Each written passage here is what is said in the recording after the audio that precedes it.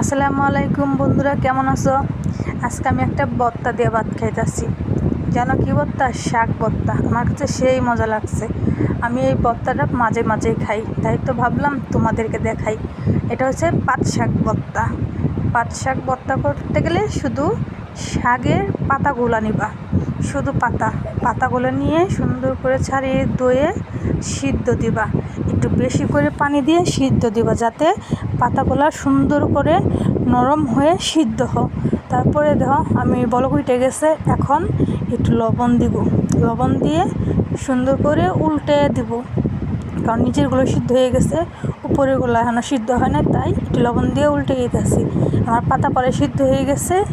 এই তো এখন আমি নামিয়ে নিব, নিয়ে একটা কড়াই দিব। কড়াইয়ের মধ্যে সরিষার তেল দিব।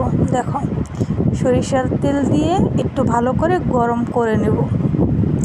সরিষার তেল দেওয়া হয়েছে, এখন কাঁচা পেঁয়াজ আর কাঁচা রসুন কুচি করে আমি তেলের মধ্যে ভাজবো ঠিক মতনই দিব। দিয়ে মানে হালকা ভাজা, বেশি মশমশাও করবো না, বেশি কাঁচাও রাখবো না, মিডিয়াম সাইজ, মানে বাদামি কালার লাল লাল করে ভেজবো। দেখো, এখন একটু লবণ দিব, হালকা অল্প একটু লবণ দিয়ে ভাজা নিব।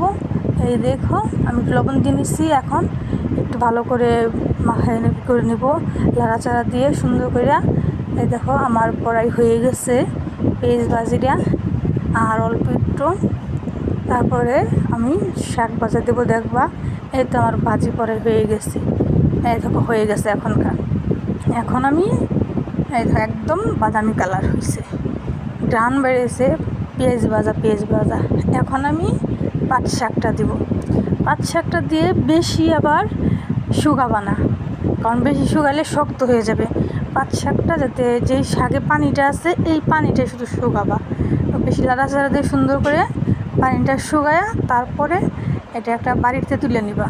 এটা আমার হয়ে গেছে। আর আমি কিছু ধনিয়া পাতা দেবো। ধনিয়া পাতা দিলে একটা যে কোনো ভর্তা মজা লাগে এবং গ্রান আসে অনেক সুন্দর। এই যে আমি ধনিয়া পাতা দেওয়া হয়েছে, এখন ধনিয়া পাতাটি দিয়ে সুন্দর করে মিক্স করে নেব।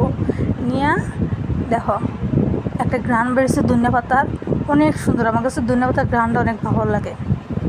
আমার ভাজি হয়ে গেছে, এখন আমি তুলে পড়বো এক প্লেটে। এই যে আমার তোলা হইতেছে প্লেটে। এখন আমি ঘরে নিয়ে যেয়ে মাখাবো।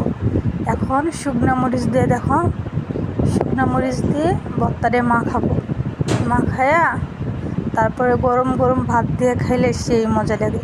তোমরা একবার খাইয়া দেখো। এই যে তার সাথে একটু কাঁচা তেল দিবা।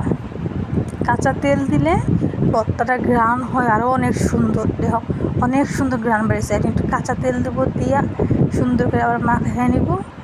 মানে ভর্তার ঘ্রাণটা এত ভালো লাগে আমার কাছে, মনে হয় কি যে মানে কেমন এক ধরনের ভর্তা, মানে দেরাই ভর্তা করলে যেরকম ঠিক একটা আসে, ঠিক এরকম তোমার এই পাট শাকের ভর্তা এরকম মানে পিছলা পিছলা থাকে, খাইতে অনেক মজা লাগে। এই দেখো, আমার কাছে খুব ভালো লাগলো ভর্তাটা। আমি এই ভর্তাটা মাঝে মাঝে খাই। তোমাদের যদি ভালো লাগে তোমরাও একবার বানিয়ে খেতে পারো, যদি তোমাদের ভালো লাগে। আর আমার ভিডিওটা যদি ভালো লাগে তোমরা একটু লাইক কমেন্ট শেয়ার দিও, আর আমার পাশে থেকে সাপোর্ট দিও।